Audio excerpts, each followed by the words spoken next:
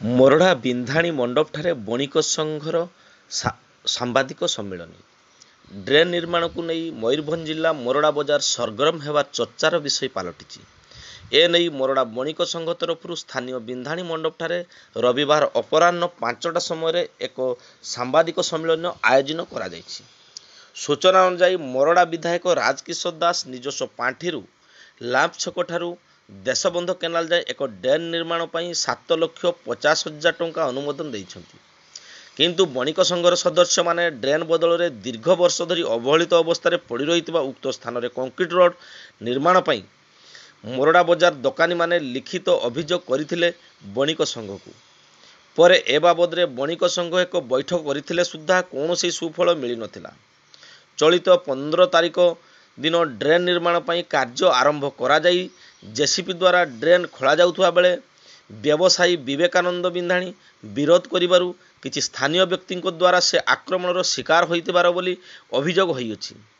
एनै श्री बिंधाणी एक बणिक एवं बणिक संघर सभापति सौरभ रंजन महांती मोरडा थाना रे अधिकारी सत्यनारायण बल को जणाइथिले मध्य घटनास्थल को न जाई सरकारी कार्य अरे आरटीआई मागिबा को कहिथिले बोली खबर सहित प्रकाश करछन्ति बणिक संघर सभापति सौरभ महांती।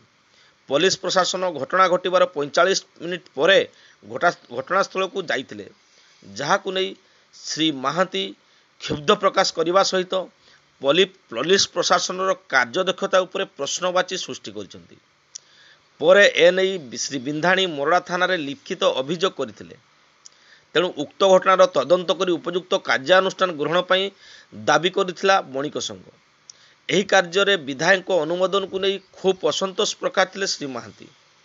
उक्त प्रेस मीट रे बणिक संघर संपादक सुधीर कुमार राज कहिथिले जे एठारे ड्रेन रो आवश्यकता नथिबा बेले विधायक एठारे कार्य देबा कहा स्वार्थरे आमे प्रशासन पाखरे अभियोग परे मध्य प्रशासन तरफ कौनसी कार्यानुष्ठान ए जाई ग्रहण करा जाई नथिबारु असंतोष प्रकाश करथिले बणिक संघर सभापति एवं